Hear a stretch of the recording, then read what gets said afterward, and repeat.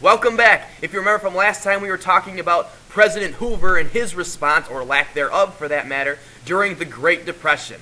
Now we're headed towards the election of 1932, where the American public is furious with Hoover's inability to change any of the problems going on with the Great Depression.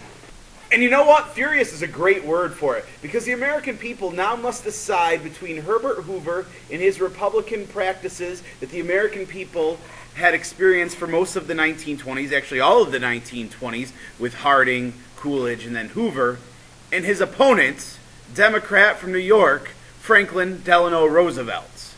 And in the election of 1932, President Hoover did not stand a chance when it came time for the people to voice their opinions on who should be president during the next term. President Roosevelt won in a landslide, 472 electoral votes to Hoover's 59.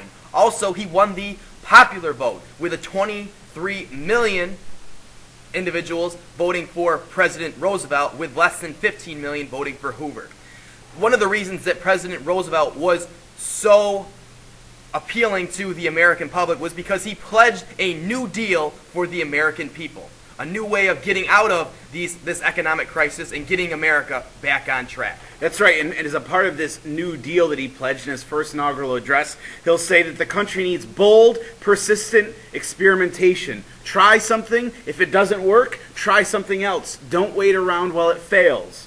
And he said that the fortunate of the country must take care of the less fortunate. Some foreshadowing for what we'll see in his New Deal policies. If you take a look at this graph, it shouldn't be any surprise that FDR wins in a landslide. By the time 1932 rolls around, unemployment is upwards of 12 million people. That equates to 1 in 4 workers being out of work. So it's no surprise that the American public was looking for a change in leadership. They wanted someone new at the helm of the top office of this country. And that new person is Franklin Delano Roosevelt. And with this New Deal, once he's inaugurated, President Roosevelt begins passing an unprecedented number of bills to help the U.S. get out of this economic crisis. And this includes closing of all the banks for a bank holiday, and employed the Emergency Banking Relief Act, which required federal examiners to survey the nation's banks and issue Treasury Department licenses to financially sound banks. Those were the only ones that were allowed to reopen, the ones that were credible and financially viable. And FDR also had the support of the Congress in passing all of these laws, which makes that happen rather quickly. And now that term, the first 100 days, is something that all presidents since have been measured on. I love when you saw when President Obama had his first 100 days over with, CNN ran an article, what has Obama done in his first 100 days? It's sort of what all presidents get measured on now. These unprecedented number of laws that were passed in Roosevelt's first 100 days would become known as the First New Deal.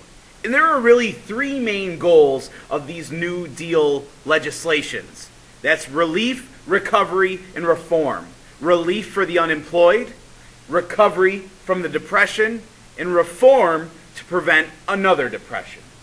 And during this time of economic crisis, President Roosevelt takes to the radio in what will be known as a series of fireside chats to the American population, where he describes why the government is passing things such as the bank holiday and trying to put people's minds at ease, because at this time, new legislation by the government is a very scary thing. Right, Roosevelt's essentially being a salesman, right? He's trying to tell the American people, here's why we need it, here's what it'll do, and here's why we think it'll work. And what he's doing is he's inspiring that confidence again in the government and what the government's trying to do, and trying to inspire confidence in the economy and the idea that it can turn around. And Roosevelt will sell things like the bank holiday and many other programs that are involved in the New Deal. And it's wildly successful. People love these fireside chats. They tune in and they do feel that sense of reassurance from Roosevelt, who is known as a very good speaker. So let's go into some of these reforms that President Roosevelt and Congress passed. Looking at this list here on the chart on this slide, you've got such things as Civilian Conservation Corps, which jobs for young men to build bridges and set up flood control systems. You've got the Tennessee Valley Authority, the TVA, provide electric power to rural areas. The Agricultural Adjustment Act, the AAA, paid farmers not to grow certain crops. Social Security Act, SSA, set up a system of pensions for the elderly and people with disabilities, and the Securities and Exchange Commission, SEC, supervised stock exchanges. These are the real important programs that were passed that will pop up most of the time on the Regents. And we'll spend some time in class looking at these and identifying whether or not they fit the mold of relief, recovery, or reform. But there are many other organizations or programs that are created by these laws, right, Mr. Hoven? Correct. These are just a small sampling.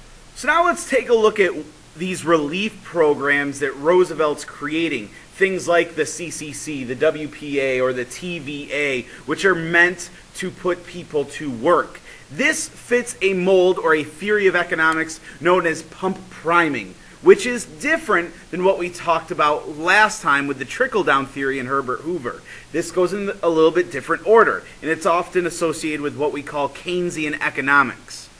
The idea is the money starts with government sponsoring programs and jobs that people will then have jobs and then money to spend, and thus demand for goods will increase, and then businesses will expand as a result of that demand, and then they will create new jobs, and therefore the people will no longer need the government jobs. All right, so it's just a little bit different approach, where in the trickle-down theory, the money would go to the businesses, or the banks, or the insurance companies, and make its way down to the people. With the pump priming, it starts with putting people right to work. While Roosevelt's legislation, these New Deal programs are seeing some success throughout the nation, he is running into issues with the Supreme Court, who really take issue with the fact that some of these, in their eyes, some of these new pieces of legislation are unconstitutional. And they begin to strike down several of these New Deal programs, which angers Roosevelt. Right. In Schechter, Poultry versus the U.S., they'll strike down the NRA. In U.S. versus Butler, they'll strike down the AAA. And this will set up a battle between Roosevelt and the Supreme Court. But then Roosevelt wins re-election, and he sees that the American people are behind him. Feeling confident, he decides to try to take on the Supreme Court in what will be known as court packing. He tries to increase the number of justices from 6 to 9 so he can put more democratic or quote-unquote liberal justices on the court so that these New Deal legislations will stop being struck down. But Congress struck him down on this initiative, and then critics started to really clamor against him, saying he was trying to undermine the principle of checks and balances and was acting as a tyrant might. And just quickly, even though he was struck down, Roosevelt did have a limited amount of success because the Supreme Court began backing off with some of these newer types of legislation that he was trying to pass. But the Supreme Court wasn't the only group battling Roosevelt at times. There were critics of FDR and his New Deal policies, including the right-wing critics who felt Roosevelt was going too far in expanding the role of government. Remember, we're seeing the role of government expand over the Great Depression. We started seeing that with the Progressive era with presidents like Theodore Roosevelt, but we see that continued here with FDR as all these new programs are making the government bigger.